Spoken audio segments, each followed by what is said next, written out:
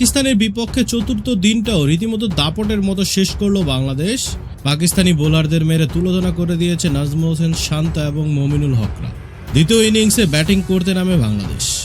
সেই ইনিংসে প্রথমেই আবারও উইকেট পড়ে যায় মাহমুদুল হাসান জয় এবং সাদমান ইসলামের। আবারও প্রথম ইনিংসের মতো দলের হাল ধরেন মমিনুল হক এবং নাজমুল হোসেন শান্ত। দুজন মিলে অসাধারণ এক পার্টনারশিপ গড়ে তোলেন। তারপর মমিনুল হক আউট হয়ে সাজঘরে ফেরেন নিজের ব্যক্তিগত 56 রান। কিন্তু মমিনুল হক রীতিমতো দুর্দান্ত ব্যাটিং করেছেন। টেস্ট খেলেছেন তিনি, 120 বলে করেছেন 56 রান। অপরদিকে নাজমুল হোসেন শান্ত অসাধারণ ব্যাটিং করেছেন। অধিনায়ক হয়ে প্রথম ইনিংসে সেঞ্চুরির পরও দ্বিতীয় ইনিংসে রীতিমতো আবারও দুর্দান্ত ব্যাটিং করেছেন শান্ত। 105 বলে এখন পর্যন্ত অপরাজিত আছেন 58 রানে।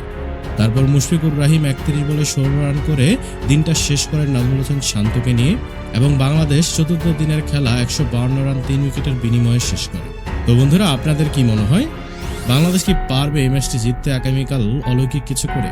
আপনাদের মতামত অবশ্যই ভিডিও নিচে কমেন্ট বক্সে লিখে জানাতে ভুলবেন না এবং ভিডিওটি ভালো লাগলে অবশ্যই লাইক, শেয়ার এবং চ্যানেলটিকে সাবস্ক্রাইব করবেন।